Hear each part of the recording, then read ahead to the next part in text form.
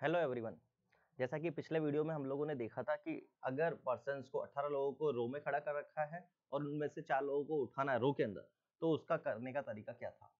आज हम लोग बात करने वाले हैं कि अगर 4 पर्सन्स को सेलेक्ट करना, 18 पर्सन्स में से सेम डेटा ले रहे हैं हम लोग, लेकिन इस बार पर्सन सर्कल में खड़े हुए हैं, तो ये उतना आसान क्वेश्चन नहीं रहता रो की तरह।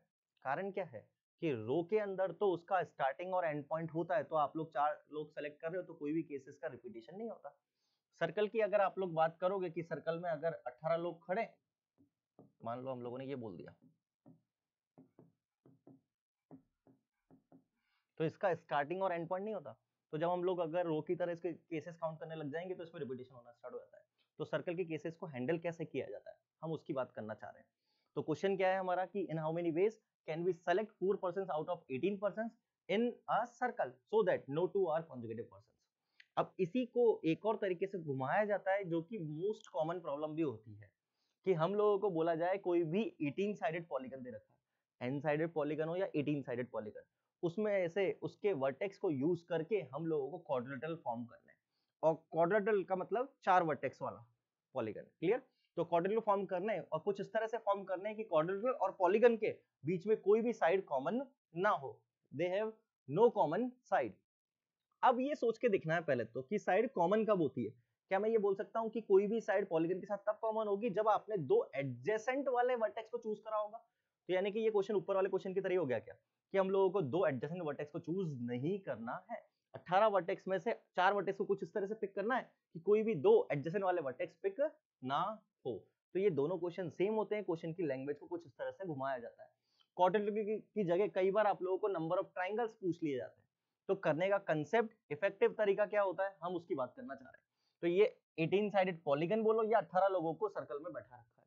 अब जैसा कि मैंने कहा था कि इसका स्टार्टिंग और एंड पॉइंट नहीं होता, तो हम लोगों को कैसे सोचने का तरीका होता है। तो इसमें आप लोगों को सबसे पहले एक आदमी को सिलेक्ट करना चाहिए, किसी भी एक आदमी को। First select any one person. मान लो कि हम लोगों ने P1 को सिलेक्ट कर लिया, ये एक आदमी तो सिलेक्ट हो गया। हमको 4 आदमी सेलेक्ट करने थे, P1 को हम लोगों ने फॉर एग्जांपल सेलेक्ट कर लिया। ऑल्दो एक आदमी को सेलेक्ट करने का तरीका कितना होगा, 18 लोग हैं तो हम लोग क्या बोलेंगे कि उसको सेलेक्ट करने का तरीका कितना होगा, 18C1 18C1। अब हम लोग बात करना चाह रहे हैं, एक आदमी ले लिया, 3 आदमी और लेने हैं। लेकिन अगर आपने P1 को ले लिया सर, तो आप P18 और P2 को ले सकते हो क्या, नहीं बिल्कुल नहीं ले सकते। तो हमारे पास बचे हुए कितने लोग हैं, P1 हम चूज कर चुके हैं, P18 और P2 हम नहीं ले सकते, उसके आजू बाजू वाले। P1 की जगह कोई और भी होता तो उसके आजू बाजू वाले नहीं ले सकते। तो 18 में से ये 3 लोग गए, तो बचे कितने, 15।